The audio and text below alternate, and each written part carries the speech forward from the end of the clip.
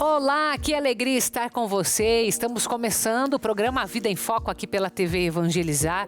Se é a primeira vez que você está me vendo aqui, olha, seja muito bem-vindo, seja muito bem-vinda. Nós estamos transmitindo ao vivo para todo o Brasil. A transmissão é via satélite, também canal digital aberto, YouTube, TV Evangelizar Oficial. Estamos em mais de 2.000 municípios, em 18 capitais aqui no Brasil e no streaming, é claro, até fora do Brasil. E agora eu quero começar fazendo você pensar um pouquinho se é fácil para você tudo aquilo que você se propõe a fazer, você conseguir. Ou seja, aquilo que você pensa, você consegue agir de acordo? É isso o que a gente chama, muitas vezes, quando não bate, de dissonância cognitiva, porque a minha cognição não está obedecendo aquilo que o meu comportamento está fazendo. E nós vamos falar sobre isso, porque se você se propõe a algo, você quer realizar. Então nós teremos ajuda psicológica que hoje precisamos, né? Precisamos de alguém que é especialista em comportamentos. Por isso, daqui a pouquinho eu vou conversar com a Teresa Miller, que é psicóloga especialista em comportamento. Mas também vamos falar sobre saúde. Você sabia que o seu estilo de vida, se for saudável, tem muitos benefícios e entre eles até a prevenção de doenças crônicas. Isso é boa notícia, não é? Então nós também vamos falar sobre esse tema. Fique comigo, estamos começando o programa A Vida em Foco.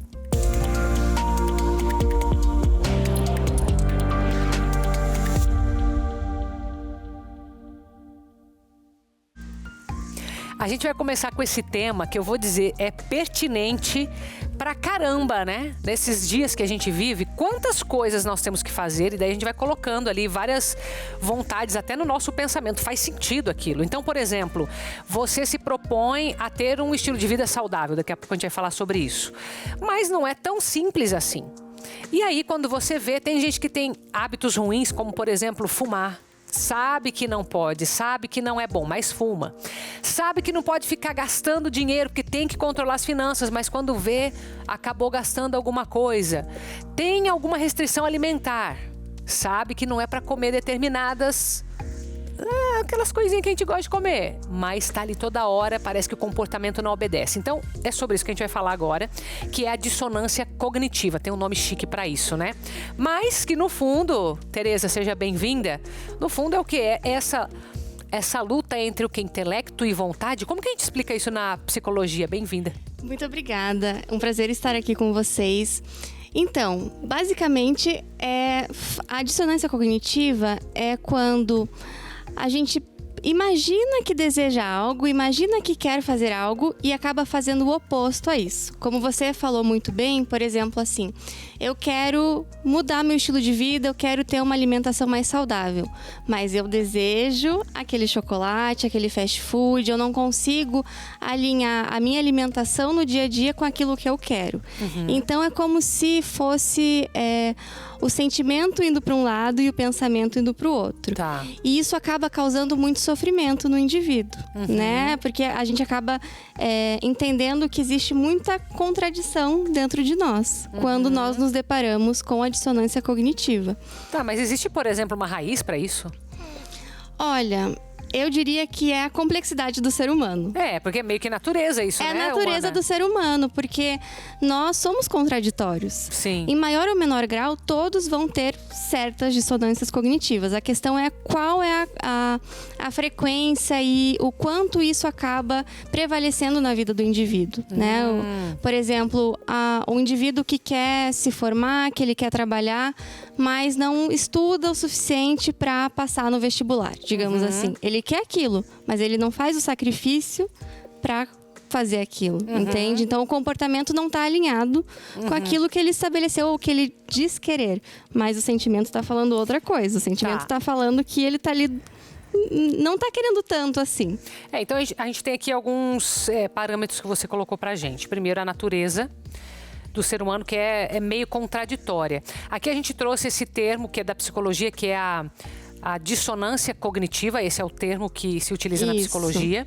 Se eu fosse trazer para a área, por exemplo, de dentro da catequese, a gente usaria o termo concupiscência, que é uma palavra que a gente vê muito, né, na Bíblia, que a maioria das pessoas não entende. É mais ou menos isso. Ou seja, a gente tem uma tendência de querer algo que, no fundo, é muito difícil para nós. E aí você colocando essa questão do a pessoa acha que ela quer alguma coisa, você acha que falta ali um choque de realidade, em qual sentido? De admitir aquilo que a pessoa verdadeiramente quer. Se, por exemplo, a pessoa que quer fazer uma dieta, quer fazer uma viagem, enfim, qualquer coisa, e precisa fazer os sacrifícios. Se ela admitir para ela assim, eu na verdade gostaria de continuar gastando como eu estou e ainda viajar. Por exemplo, eu gostaria de continuar comendo doces e ainda emagrecer. Essas coisas que parecem ilógicas. Se ela vai por essa linha, ela consegue um resultado melhor do que ficar só falando assim, não, eu não quero ou eu não posso esse chocolate, eu não quero, eu não posso, eu preciso lutar contra essa resistência, sabe? Como que você vê? Então, eu acho que é bem por aí o que você disse. Ela precisa de um choque de realidade. Então, a dissonância cognitiva, ela vai trazer esse incômodo. Poxa, eu quero fazer aquela viagem, eu preciso economizar, eu preciso fazer alguns sacrifícios, mas eu não consigo. Ela vai se deparar com um incômodo. E aí, porque conseguir, ela consegue. Em termos de capacidade, ela a pessoa consegue. é capaz. Ela é capaz, mas na prática ela acaba não conseguindo, né? Quando a gente fala de comportamento, é aquilo que a pessoa está fazendo. Ela pode sim fazer, ela é capaz, mas se ela não coloca ali no dia a dia, se ela não coloca como prioridade, ela não vai conseguir alcançar aquilo, né? Então ela precisa. Prioridade. Então é que faz o sacrifício vir. Aí faz o sacrifício vir. Tá. Mas tem algumas pessoas que, ao se depararem com essa dissonância cognitiva, que naturalmente ela traz desconforto, ela traz angústias, tem duas possibilidades. Ou a pessoa muda o comportamento para alcançar aquilo que ela estabeleceu, que ela quer, por exemplo, essa viagem ou a mudança alimentar. Nem que seja temporariamente, ela... Exato. Ela faz o sacrifício e ela consegue. O outro caminho é começar a justificar. Eu não consigo viajar porque eu ganho muito pouco. Eu não consigo viajar porque eu não sei falar inglês. Ela não vai falar que é porque eu não estou me engajando o suficiente, não estou me sacrificando. Ela não vai olhar dessa forma. Exato. Então, a gente se refere à dissonância cognitiva àquilo que é importante para a pessoa. Porque se não for importante, ela fala, aquela viagem lá, mas acaba não... Alguém falou que é importante, ela pegou, mas não é. Para ela não faz diferença. Aí não vai causar incômodo. Quando nós estamos falando da dissonância cognitiva, a pessoa, ela tá sentindo aquela angústia, ela tá incomodada, e aí ela vai precisar sair daquele incômodo. Tá. E existem... Então, geralmente ela quer.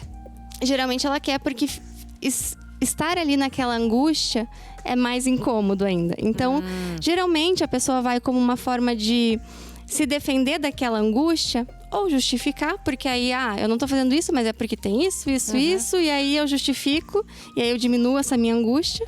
Ou eu vou realmente colocar ali uma mudança de hábito, uma mudança no meu estilo de vida, seja para mudar a alimentação, seja para emagrecer, seja para economizar dinheiro, mas ela vai precisar fazer os sacrifícios, porque senão ela não vai conseguir alcançar aquilo que ela estabeleceu para ela. Entendi.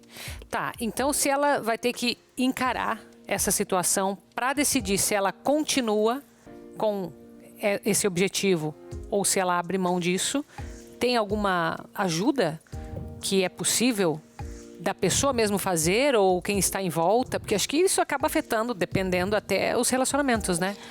Afeta em todas as áreas, né? Dependendo do que está incomodando ali a pessoa, pode afetar em inúmeras áreas. O caminho é um desenvolvimento, um aprimoramento da autopercepção dela. Tá. Então, ela precisa trazer para a consciência que ela está sentindo aquele incômodo e entender que aquele incômodo diz respeito ao fato dela querer tal coisa, estar fazendo outra coisa, e aí mudar os comportamentos ou, enfim, fazer as justificativas. Mas ela precisa ter consciência disso. Às vezes, a pessoa acaba não pensando tanto sobre ela mesma e ela só se sente incomodada, mas ela não sabe nomear. Ela não sabe do que está vindo aquela dor. Então, por exemplo, no processo de psicoterapia, a gente vai fazer um trabalho aprofundado para que ela aumente essa percepção sobre ela mesma. Então, ela vai entendendo. Eu tô angustiada nesses momentos, que é quando eu vejo que eu poderia ter alcançado isso na minha vida e eu não consegui, eu não fiz os sacrifícios. Então, o que eu posso estabelecer hoje, com o que eu tenho hoje, para mudar isso? Entendi.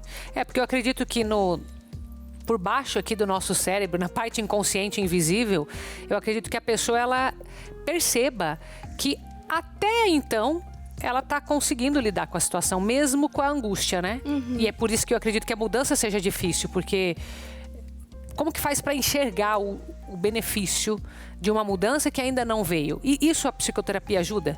Ajuda. Que incentivaria o comportamento em si? Sim, ajuda, mas a pessoa tem que, num primeiro momento, estar disposta a confrontar isso.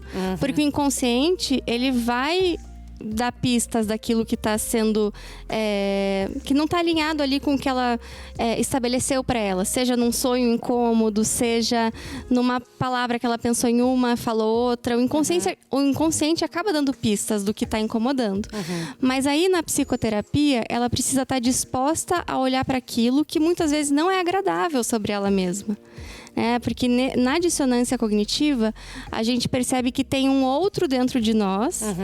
que muitas vezes não está tão alinhado com o que a gente imagina ser moral, adequado, coerente com os nossos valores, com as nossas atitudes. Então, ela precisa estar disposta para encarar aquilo que a gente fala também na psicologia que é sombrio. Porque está na sombra, ainda não foi colocado luz ali. Ou seja, não tenho certeza daquilo, né? Não tenho certeza, mas ela precisa estar disposta. Pelo menos entrar em contato com aquele novo. Isso. Se ela está disposta a entrar em contato com esse novo, eu te digo que sim, a terapia vai ajudar. Muito. Muito. Mas se ela não tá com aquele impulso de querer mudar, de querer confrontar, de querer olhar que tem elementos ali dentro dela, dentro da alma dela, que não estão tão alinhados com aquilo que ela fala para os outros, com aquilo que ela orienta os outros, ela vai ter que olhar para aquilo e ela pode, sim, modificar esses comportamentos se ela estiver disposta. Se ela não estiver disposta... Ela também tem que aceitar que ela tá abrindo mão, né? Ela tá abrindo mão daquilo e tá tudo bem. Exato. Eu acho que às vezes esse confrontamento é importante, né? Porque eu acredito que a mudança ela é importante, mas nem sempre. Eu acho que a pessoa tem que confrontar, igual você falou, se confronta consigo mesma. E eu vi que sim, que é importante mudar, então eu tenho que me esforçar por fazer, mas nem tudo a resposta está exatamente em uma mudança radical, como às vezes a gente imagina, né? Ela precisa ser gradual, porque senão não vai ser sustentável. Quando a gente fala, por exemplo, numa alimentação mais saudável, não dá para ela mudar do dia para a noite toda a relação dela com a alimentação, o que ela escolhe para comer. Seria mais fácil se a gente conseguisse, mas não é assim, né? A gente tem que ter paciência, o ser humano tem que ser gradual, né? Sim, tem que estar de acordo com o tempo, não é tão simples assim, Sim, né? sim, imagino. Minha querida, muito obrigada, viu, por ter vindo aqui falar desse tema que é tão complexo. Tereza Miller é psicóloga e especialista em comportamento. Muito obrigada, tá? Sempre bem-vinda. Eu que agradeço, muito obrigada. Obrigada a você. E depois do intervalo a gente continua falando sobre o estilo de vida saudável e como que até doenças crônicas podem ser evitadas para quem decide, pagar o preço de mudar o comportamento. Você está vendo o gancho aqui, né? Então vamos fazer um breve intervalo. A gente sai com imagens da cidade de Manaus, no Amazonas. Aplicativo da obra Evangelizar para todos que nos acompanham lá no Amazonas. E mesmo não estando no litoral, Manaus tem praias, porém de água doce. Volte comigo.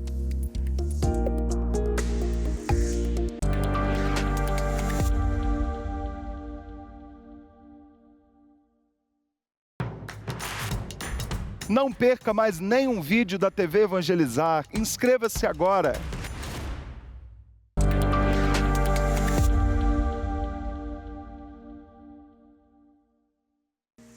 De volta com o programa Vida em Foco. Já nós vamos falar sobre estilo de vida e te estimular, é claro, porque se a gente pode prevenir doenças crônicas, é importante que a gente avalie essas mudanças com certeza.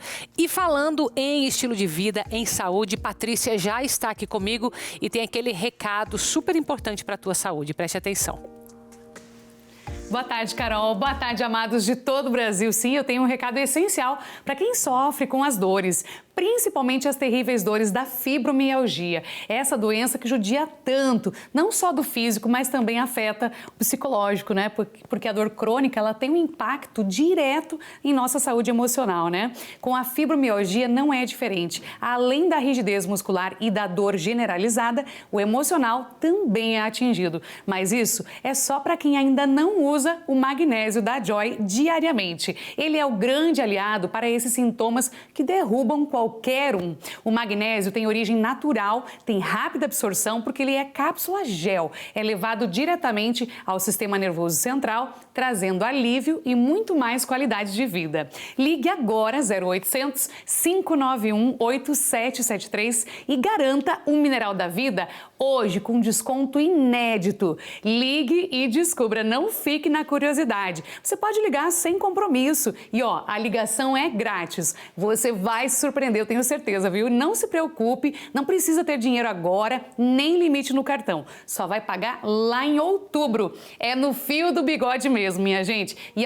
ainda tem aqui o presente, o massageador elétrico para fazer aquela massagem relaxante e junto com o magnésio quelato da Joy vai aliviar as dores musculares também. Aquelas dores aqui, nas costas, né? Aqui no ombro, no pescoço, braços e pernas. Frete grátis para todo o Brasil. Ligue já 0800 591 8773 e tenha mais saúde e qualidade de vida com o magnésio quelato da Joy. É com você, Carol. Obrigada, Patrícia. E olha, falando do estilo de vida, que a gente vai entrar agora nesse assunto, e nós vamos conversar com uma nutricionista, especialista, inclusive na parte cardiovascular. Por quê?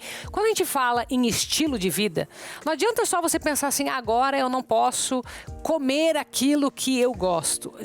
Não é só uma parte, nós temos que olhar todo o ser humano. Então a gente vai olhar o que? A tua mente, a parte social, a parte física, a parte até emocional, espiritual, tudo entra, porque é um estilo de vida, certo? Então esse é o guarda-chuva que nós vamos olhar.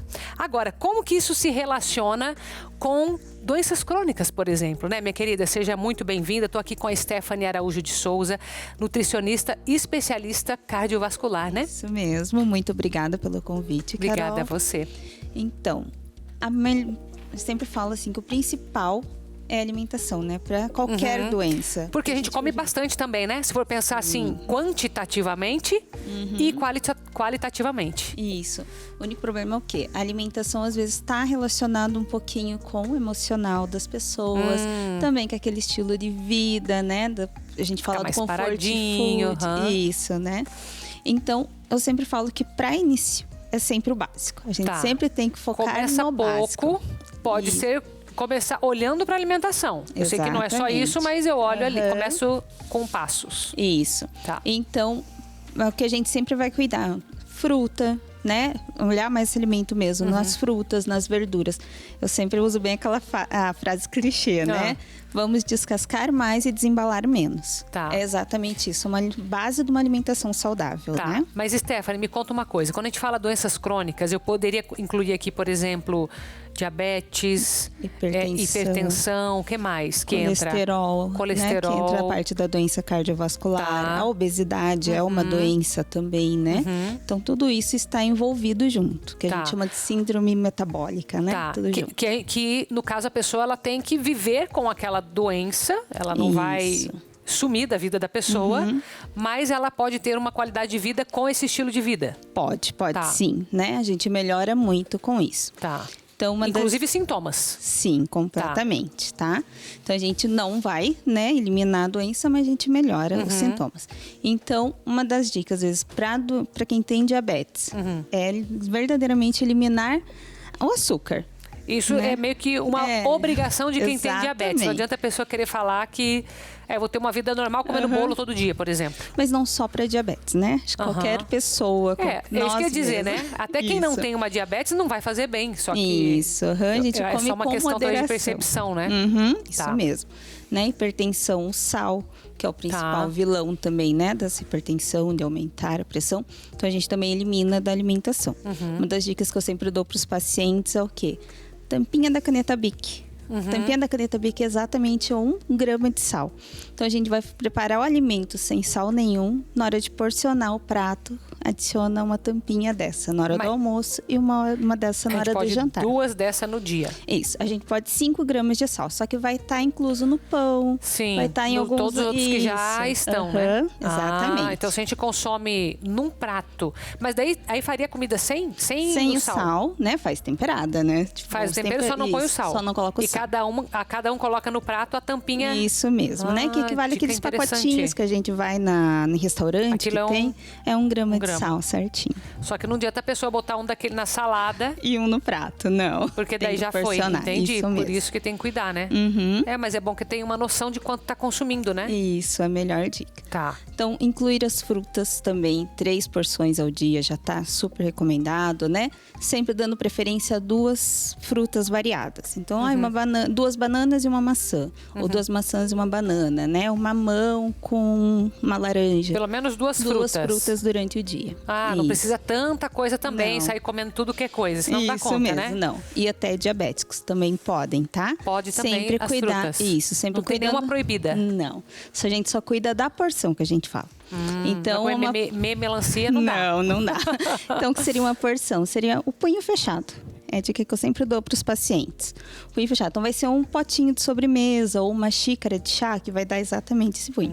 A gente corta essa melancia, vai ser essa fração. Isso para quem tem diabetes. Isso. Nós também, né? Qualquer... É sempre bom fracionar nessa porção. Nessa quantidade, isso para poder ter essa alimentação saudável durante o dia, né? No decorrer do dia. Tá. Aí, fora... por exemplo, uma coisa é o que comer. Horários, distribuição, isso faz diferença ou não no estilo de vida quando a gente fala? Diabéticos mesmo, eu sempre peço para não passar de 4 horas sem comer. Porque eles correm o risco de ter hipoglicemia. Né? Então, correto seria o quê? O café da manhã, um lanche da manhã, se der tempo, né? Porque às vezes as pessoas também acordam um pouco mais tarde, então a gente acaba eliminando esse lanche da manhã. Mas se não, café da manhã, o lanche da manhã, almoço, lanche da tarde e jantar. E diabéticos também, às vezes eu até recomendo a ceia, que daí seria uma fruta com aveia ou mingau de aveia. Então o diabético ele tem que comer com mais frequência. Tem que comer com mais frequências, para evitar a hipoglicemia. Uma das coisas que ocorre muito, né? De ter a hiper e a hipo. Então a gente evita essa variação, né? Entendi. Com o paciente. Mas isso é só no caso da diabetes que você se lembra? Isso. Não, qualquer pessoa. Se a gente evitar de ficar tanto período... É melhor. Na próxima refeição a gente não vai comer com tanta, né? Tipo, tô morrendo de fome e vai comer aquele monte. Porque vai estar todo fracionado. Mas, por exemplo, a gente sempre ouviu, né? Eu sempre ouvi que na janta tem que comer menos, tem que comer mais na parte da manhã. Isso muda de organismo para organismo? Isso influencia num estilo de vida saudável? No estilo de vida saudável, sim. Né, que a gente fala. Então, eu sempre peço para os pacientes darem preferência para o café da manhã, mas a gente sabe que nem todos conseguem. Então, às vezes, eu peço para adicionar uma aveia logo cedo. Mas tem que ter, né, essa variação durante o dia. Aveia de manhã é bom? Também é bom. Para saciar? Que daí ela é uma fibra, né? Demora mais nessa saciedade do paciente. E à noite, então, preferir mais legumes, dar preferência para proteína. A gente diminui um pouquinho mais esse carboidrato da noite, né? Mas tem que comer também. Eu sempre recomendo a comida no jantar, mesmo coisa do almoço. Evitar, porque a maioria das pessoas chega à noite, tá mais cansada, quer comer lanches apenas, né? Não é bom. Quando entra mais os fast food que a gente fala, né? Não é bom. Não. É bom comer comida. Arroz, feijão, salada. Legumes, tudo. Tá. Melhor coisa, então, é comer a comida mesmo. E fruta, tudo bem comer antes de dormir? Sim. Também. Pode comer, não tem problema. Ele até ajuda por causa das fibras e dessa saciedade. Tá. Dentro desse estilo de vida, como que ficariam os sucos, os chás? São recomendados? São evitáveis? Suco natural, né? A gente sempre pede para ser um suco natural. O chá também pode. A gente vai ter que focar um pouquinho mais na água, né? Eu sempre recomendo preferir água. Isso. Mas tem pessoas que a gente sabe que às vezes não consegue tomar tanta água, então dá para acrescentar esse suco, sendo suco natural e sendo um chá natural, não aqueles de caixinha, né, que são os industrializados. Se a gente pede também para os pacientes evitarem tantos consumos de produtos industrializados. Tá. A quantidade de água faz diferença também no estilo de vida? Faz bastante. Recomendado para qualquer pessoa é 30 ml de água por quilo de peso. Então dá para fazer uma continha básica para ter essa noção de quanto de água precisa durante o dia. 30 vezes o peso. Isso mesmo, né? 30, 35. E daí paciente que às vezes tem pedra no rim, daí a gente pede para aumentar mais 1 litro de água. Pra daí Quando ajudar. tem pedra no rim, mais mesmo. 1 litro a mais do que já consome. Do que já consome, isso mesmo. O diabetes não pede mais água. Não, é mesmo. Porque eles têm mais sede, não tem? Tem, mas é um pouquinho mais por causa dessa hipoglicemia que a gente fala. Não é porque hiperipo. necessita de mais líquido. É a quantidade correta de água Tá. mesmo para todo mundo. Entendi. E para quem, por exemplo, além do estilo de vida, quer também perder peso, né? Vamos supor que parte dessa saúde seja também a perda de peso. Ele daí precisaria ingerir mais água para, de repente, ficar com menos espaço no estômago ou não existe isso? Não existe isso. É mito mesmo. É? Qualquer pessoa precisa tomar a sua quantidade correta, né? Até água demais às vezes vai fazer mal também, que a gente fala que acaba, né, mexendo nos eletrólitos. Então a gente pede para não consumir tanto. É a quantidade correta mesmo para cada paciente. Com relação ao peso. Isso mesmo. E daí o que você falou que a alimentação é o principal, mas o que mais que tem que estar aliado a essa vida saudável? Pensando nessa contenção ou na prevenção dessas doenças crônicas. Alimentação, né, principal. Exercício físico pelo menos 3 vezes na semana, 30 minutos. Sempre procurando, né, um educador físico, procurando seu médico para adequar corretamente esse exercício para a população, né? Então, alimentação, exercício, o sono também é muito importante, né? 8 horas por dia. A gente sabe que às vezes é um pouco mais difícil, mas sim, é muito importante. Ultimamente tem sido cada vez mais difícil, né? Sim, ainda mais nessa vida corrida que a gente tem. Mas é bom focar sempre nesse sono também, que também ajuda. Tá, muito bem. Então, Stephanie, obrigada, viu, pela tua contribuição aqui hoje. Sempre bem-vinda. Muito obrigada. Obrigada a você. Eu quero fazer um lembrete, na próxima segunda-feira nós vamos ter, é claro, o nosso grupo nacional de oração Noite de Louvor, que esse ano são 10 anos de programa já pensou? Uma década. E você acompanha com a gente aqui, ó, pela TV Evangelizar, a partir das 7 horas da noite. E os nossos convidados, quem serão, Carol? Coloca aí na tela, produção, ó, nós vamos receber Frei Silvio, que é carmelita missionário do Espírito Santo, vem direto de São Paulo e vai nos honrar com a sua presença. Também nosso querido padre Kleberson Evangelista, que é parceiro da obra Evangelizar é Preciso. Estamos nesta batalha ao lado de São Miguel Arcanjo e você acompanha com a gente e com a sua família, que você formar o seu grupo de oração aí na sua casa, para que estejamos juntos na próxima segunda-feira, a partir das 7 horas da noite. Então anote aí na sua agenda, eu sei que esse fim de semana você vai estar assim, ó, num mergulho profundo no Vem. Por isso, já tô te avisando que segunda-feira já coloca na tua agenda, porque você volta aqui para o auditório, para quem vem presencialmente para o Noite de Louvor. Então, vamos sair para um intervalo, mas a gente volta com muito mais do Vem, para você saber como está sendo toda essa preparação, porque afinal, amanhã nós teremos os primeiros 8 candidatos já pisando nos palcos do maior festival de música católica do Brasil. Então volte comigo para ficar por dentro de tudo. O intervalo é bem rápido e nós saímos com imagens de Fernando de Noronha. Olha que lugar lindíssimo em Pernambuco. Aplicativo da obra Evangelizar também chega em Fernando de Noronha. A Praia do Sancho, em Fernando de Noronha, já foi considerada por 5 vezes a melhor praia do mundo. Não é à toa, né, que você está vendo essas imagens lindíssimas. Já eu volto.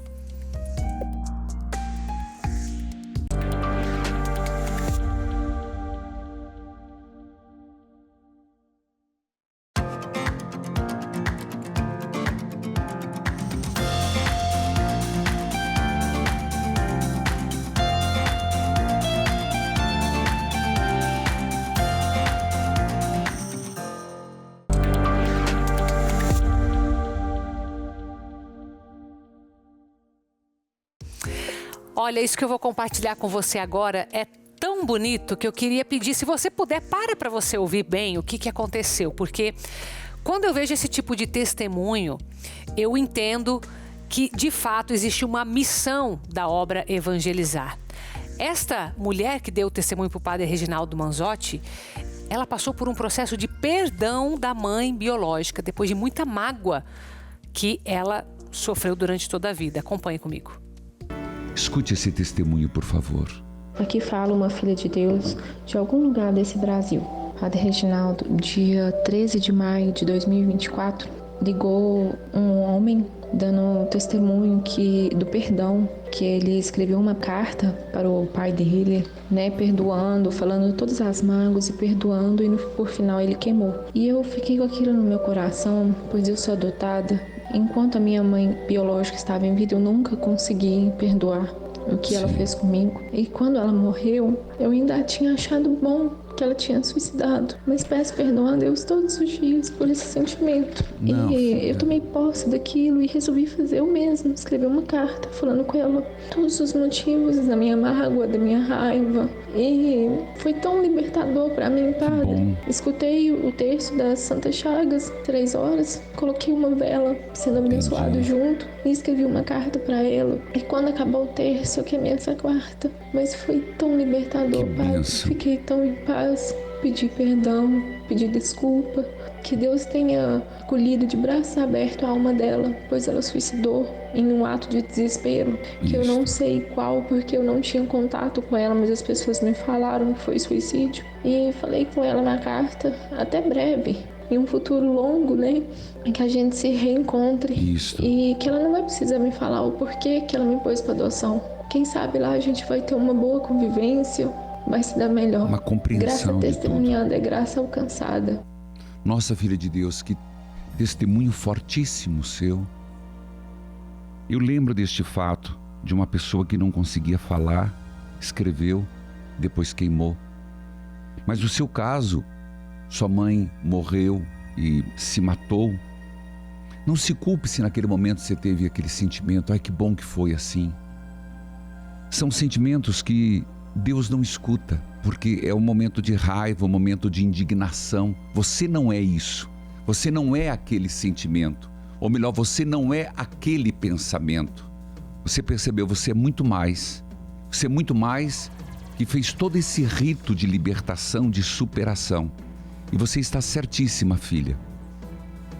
Agora, o que eu queria te pedir, mande de vez em quando rezar missa pelo nome de tua mãe. Vá na igreja, encomende missa única, exclusiva, você, a tua encomenda, pela alma de tua mãe. Faça isso, você estará ajudando muito. Forte esse testemunho, não é? Fortíssimo. E veja, foi alguém que passou por esse processo de perdão, que testemunhou e que inspirou esta filha de Deus também a perdoar. E certamente muitas pessoas que agora estão conectadas talvez estejam lembrando, talvez você esteja lembrando de alguém que você guarda uma mágoa, um rancor, não sei se pequeno, se grande. Pequeno é porque a gente vai deixando passar, mas qualquer tipo de mágoa precisa ser resolvida. E quando nós chegamos na sua casa, pela TV Evangelizar, pela rádio, pelos aplicativos, e você se deixa tocar, isso é a pessoa de Jesus Cristo chegando até a sua família. Quando eu digo que nós levamos a pessoa de Jesus Cristo, é isso. Porque ninguém decide perdoar uma mágoa do nada ou da cabeça dela. Não, isso é obra de Deus, é obra do Espírito Santo que vem pela pessoa de Jesus Cristo. Então a gente tem que continuar com essa missão. Concorda comigo que é algo importante, que nós precisamos continuar esta evangelização. E só tem uma forma que nós fazemos isso. E você sabe, é com ajuda, é com o pouco que cada um dá todos os meses, ou esporadicamente, alguém que agora se deixou tocar, fala, eu vou ajudar essa obra. Então tá aqui, ó, para você o QR Code. Eu sei que é algo que todos nós passamos, mas nós precisamos fazer o que a gente pode. Se a gente pode, como obra, entrar na casa das pessoas e ajudá-las a superar, então vamos fazer este bem. Então, aqui está o QR Code, nos ajude a continuar evangelizando. E olha, falando em emoções, essa reportagem, essa matéria que foi feita com o Padre Zezinho, porque fez 83 anos e vai ter um especial que vai passar no sábado aqui na nossa programação. E quem conduziu essa entrevista, essa conversa, foi o Fernando Ripoli, e ele mesmo se emocionou. Então tem um recado para você, um convite para que você participe desse momento de celebração de Padre Zezinho, tão importante esse sacerdote para o nosso Brasil. Acompanhe. Amar como Jesus amou, sonhar como Jesus sonhou, pensar como Jesus pensou, viver como Jesus viveu, sentir o que Jesus sentia, sorrir como Jesus sorria. E ao chegar ao fim do dia, eu sei que eu dormiria muito mais feliz. Sentir o que Jesus sentia, sorrir como Jesus sorria. E ao chegar ao fim do dia, eu sei que eu dormiria muito mais feliz. Valeu!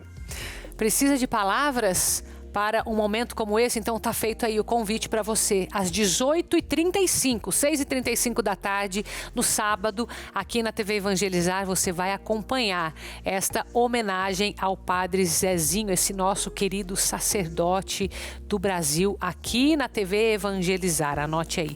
E já que a gente falou tanto hoje sobre saúde, eu queria pegar a saúde das crianças. Eu sei que, por exemplo, o pediatra acompanha hoje em dia até os 18 anos de idade. Você sabia disso? Aí muitas mães ficam preocupadas, quem que vai ser o pediatra? Como que eu vou escolher? Às vezes já grávida começa a pensar nesse profissional e não sabe direito como tomar esse discernimento. Então a gente preparou para você uma matéria para te ajudar na escolha do pediatra dos seus filhos. Preste atenção.